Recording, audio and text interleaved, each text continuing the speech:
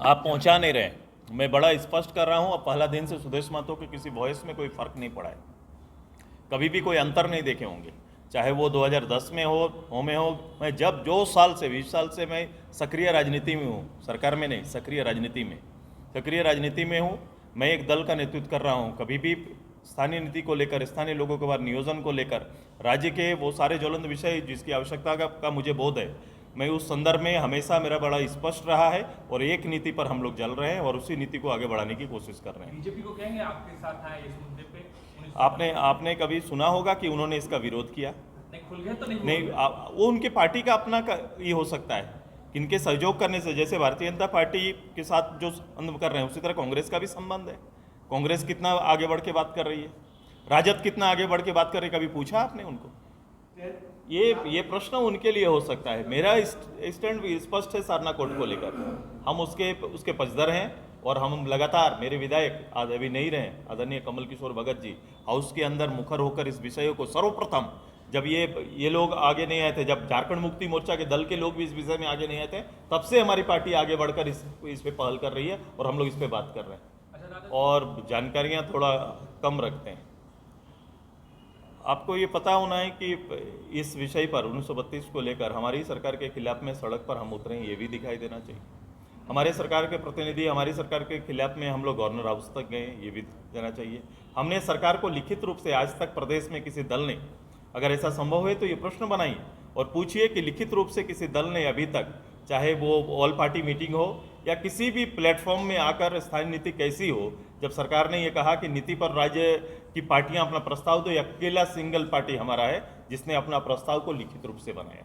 इस भ्रांति की बात कर रहा हूँ, सरकार ने और सरकार के खुद मुखिया ने, मुख्यमंत्री जी ने पिछले बार जब लगातार हाउस के अंदर इस संदर्भ में हम अपने विचारों को रखते थे, तो पिछले बार उनका बयान 1932 संभव नहीं हो सकता है, ऐसा बयान उनका आया। ये सभी आप सभी लोग इसके गवाह हैं और उन्होंने इसको लेकर अपना स्पीच भी दिया था कि ये संभव नहीं हो सकता है।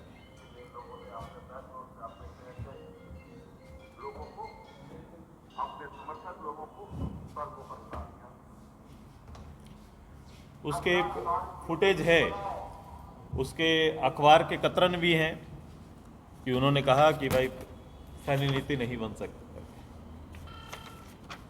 एक फिर इस बार आपने देखा होगा कि हाउस के अंदर अनचाहे रूप से मुख्यमंत्री इस विषय पर आ जाते हैं और कहते हैं कि इसको हम करेंगे। मुझे याद है कि झारखंड मुक्ति मोर्चा की पिछली गवर्नमेंट थी कांग्रेस के साथ, एक सब कमेटी बनी थी और वो कमेटी का कोई रिजल्ट उसमें आया नहीं। मुझे ये भी याद है कि मेरे रिश्ता में भी कमेटी बनी थी जिसके मेंबर मुख्यमंत्री जी हुआ करते थे और उसके मीटिंग्स जो होती थी उसमें वो खुद नहीं होते थे, खुद नहीं आते थे, मैं उन पर नहीं जाता। लेकिन आज चूंकि दो तरह की भ्रांतियां इस सत्र से पूर्व, एक दिन के स्पेशल सत्र से पूर्व मुख्यमंत्री का जो बयान था और इस बार का बयान में फर्क पड़ा है। फर्क किस लिए पड़ा ये आप सभी लोग जानते हैं और झारखंड के लोग भी जान रहे हैं कि अचानक इस तरह का बयान आया है। मैं उनके फर्क पड़ने के कारण पर नहीं जाता, मैं चाहता हूं कि ये राज्य के नौजवानों के लिए जो अवसर नौकरियों में, उनके लिए शिक्षण संस्थानों में, व्यवसाय में जो अवसर बनेगा, उस अवसर का लाभ यहाँ के नौजवानों को, स्थानीय लोगों को मिले, इसके लिए सुनिश्चित करें।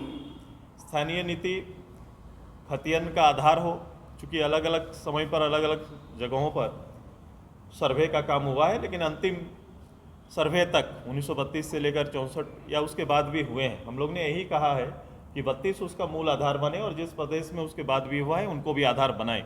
इसको लेकर एक स्थानीय नीति बने।